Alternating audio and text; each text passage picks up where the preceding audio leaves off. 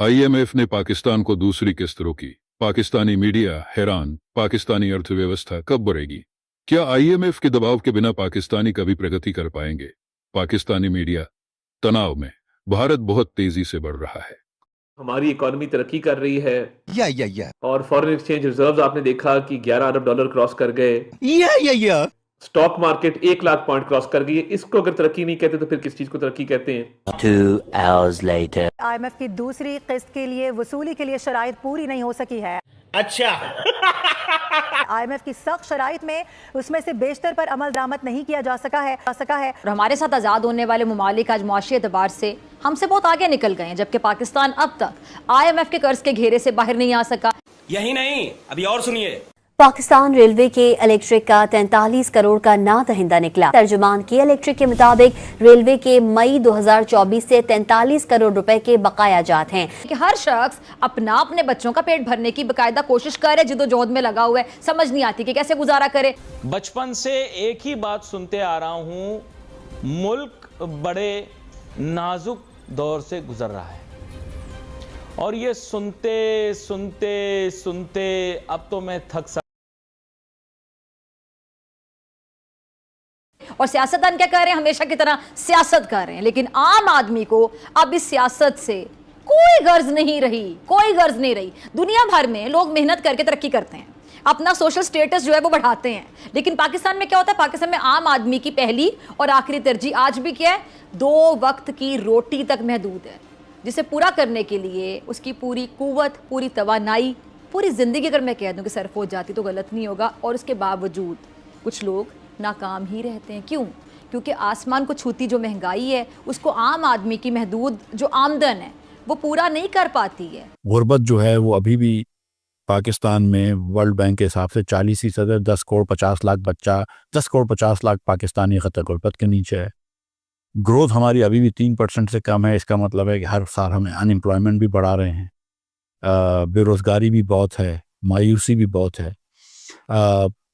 और क्योंकि मईशत बहुत स्लो चल रही है तो हमारी दरामदात भी कम हो गई हैं और वो दरामदात कम होने की वजह से हमारा जो है वो जारी खसारा कम हो गया है, ट्रेड डेफिसिट कम हो गया है। तो कुछ 1-2 चीज़ें ज़रूर बेहतर हुई हैं मईशत में, लेकिन मजमूई तौर पर मईशत जो है उसको कहना कि सब्सटेंशियली इम्प्रूव हुई है, ये दुरुस्त नहीं है। कारोबारी अफराद की अगर मैं बात करूँ, जो कारोबार करते हैं तो इजाफी टैक्सेस, डॉलर की कदर में बेजा इजाफा, हुकूमत की जानिब से लगाई जाने वाली जो नित नई पाबंदियां हैं, खाम माल की दरामद के मसाइल, तवानाई के बहरान, भारी भरकम बिलों ने पैदावार को शदीद मुतासिर कर दिया। अब हुआ क्या उसके बायस कि जो हमारा जो प्रोडक्शन सेक्टर है आलमी मार्केट में इस कीमत पर जो प्रोडक्ट्स फराहम करने में बाकायदा नाकाम है, जो दूसरे ममालिक के जो प्रोडक्शन सेक्टर है वहाँ पे फराहम कर रहे हैं। तो पाकिस्तानी गरीब हो रहा है, औसतन पाकिस्तानी जो एवरेज पाकिस्तानी है वो गरीब हो रहा है, इस पर तो कोई डाउट नहीं है।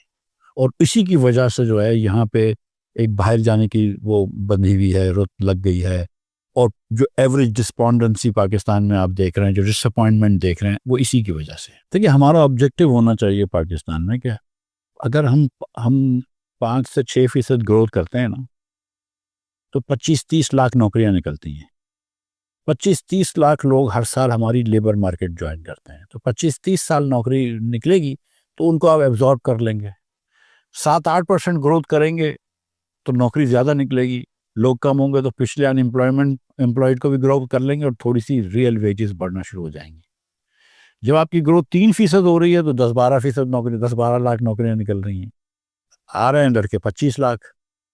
तो इसका मतलब है कि 10-12 लाख लोगों को नौकरी नहीं मिलती। ज़रूरी नहीं है कि सारे यंग लड़कों को नौकरी ना मिले, कोई पुराना वाला को नौकरी ना मिले, किसी नए को मिल जाएगा, लेकिन 10-12 लाख से अनएम्प्लॉयमेंट बढ़ जाती है तो वेजेस डिप्रेस हो जाती हैं। ठीक है, तो आपका ड्राइवर, आपका कोक, उसकी तनख्वाह उस हिसाब से नहीं बढ़ती कि जिस हिसाब से उसकी महंगाई बढ़ रही है कि वो अपने बच्चों की सही कफालत कर सके। ये मसला होता है। तो फिर हम 2-4 लाख लोगों को, ज़्यादा लोगों को बाहर भेज देते हैं कि यार तुम दुबई चले जाओ, तुम कहीं चले जाओ, ताकि यहाँ पे नौकरियाँ नहीं है। हमको अगर अपने लोगों की तनख्वाहें बढ़ानी है, रियल वेजेस बढ़ानी है, इन्फ्लेशन एडजस्टेड वेजेस बढ़ानी है, तो फिर हमको 6-7-8% ग्रोथ करनी पड़ेगी। और उसके लिए आपको यहाँ पे इंडस्ट्री लगाना ज़रूरी है, और वो इंडस्ट्री लगाना ज़रूरी है जो यहाँ से बना के मसनूआत बरामद कर सके। कहीं से कोई ताल्लुक ही ना हो किसी चीज़ में तो तब भी पता चलता है नाम आ गया जी हमारा। नाम पाकिस्तान का आ गया। विवेक रामास्वामी जो कि इलेक्टेड प्रेसिडेंट डोनाल्ड ट्रंप के एफिशिएंसी डिपार्टमेंट के की प्लेयर हैं, उन्होंने अपना क्रैकडाउन स्टार्ट किया है कहां से? PIA own property Roosevelt hotel से। $220 मिलियन की जो लीज है PIA यानी कि पाकिस्तान की प्रॉपर्टी रोजवेल्ट होटल जो कि मैनहट्टन न्यूयॉर्क सिटी के दिल में मौजूद है और एक तारीखी होटल है, हिस्टोरिकल इसकी सारी हम जब बताएंगे हिस्ट्री पूरी मौजूद है। उस होटल से उन्होंने स्टार्ट किया है विवेक रामास्वामी ने कि भाई यहीं से क्रैकडाउन स्टार्ट होगा। तो भाई वही तो मैंने कहा ना कि कश्ती डूबी वहीं जहां पानी कम था।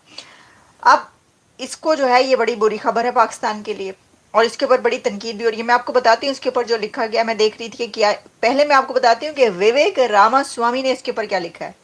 उन्होंने कहा a tax payer funded hotel for illegal migrants is owned by the Pakistani government which means NYC New York city tax payers are effectively paying a foreign government to house illegals in our own country.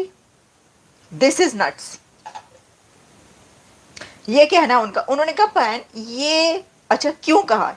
आप कहेंगे कि hotel का illegal immigrant से क्या ताल्लुक, तो वो भी आपको बताए देते हैं। This city of New York page $220 million to rent the entire Roosevelt Hotel in Manhattan to house illegal migrants. The hotel is owned by the government of Pakistan and the deal was part of a $1.1 billion IMF bailout package to help Pakistan avoid default or international